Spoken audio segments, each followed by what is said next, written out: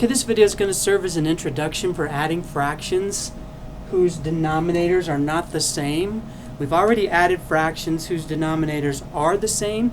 That was fairly easy. You add the top numbers and the bottom stays the same. And I showed you through modeling why that's the case.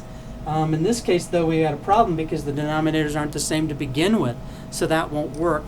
In this video, I'm going to show you through modeling why we have to have a precise procedure for doing this, and then I'm going to show you, we're going to play out that, we're going to detail that procedure in the next video. I'm not going to do it in this one. I just want to show you why it is necessary in this one, why we can't just add it the way it is. There's no way. It's not, and the reason is because it's not precise enough, which you'll see.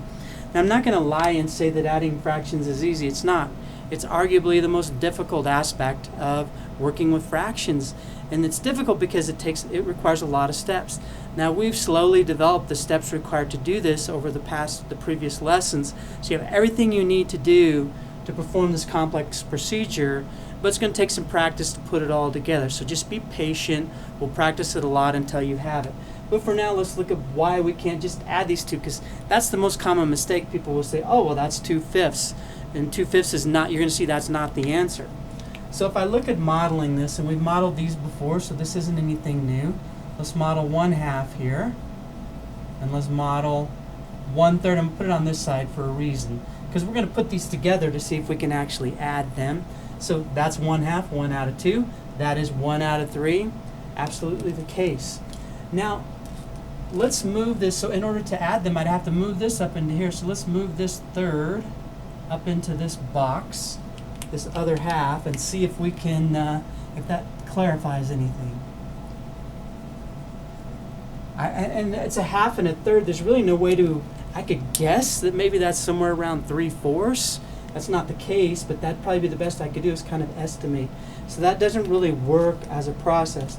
But look what happens when I kind of combine these. Let's look what happens when I break this up into thirds here.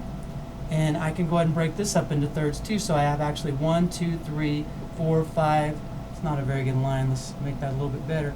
1, 2, 3, 4, 5, 6 equal pieces. And see how this 1/3 splits up nicely into that piece that was kind of obscure looking. And then this 1/2 breaks easily into thirds. We've already done that in our past at some point. So this makes us a nice little even model that we can find the answer. 1, 2, 3, 4, 5. So the answer to this is actually 5 out of 6. So I had to change the denominator to actually get that right. Now let me show you real quick. Actually, in the next video, I'm going to show you this same problem and show you how we do this procedurally. But in modeling, all I wanted to do was show you why we can't just add this up, because the answer we would have gotten is 2/5, which is obviously not the correct answer as we saw through this model. So next video, I'll teach you the procedure for solving a problem like this.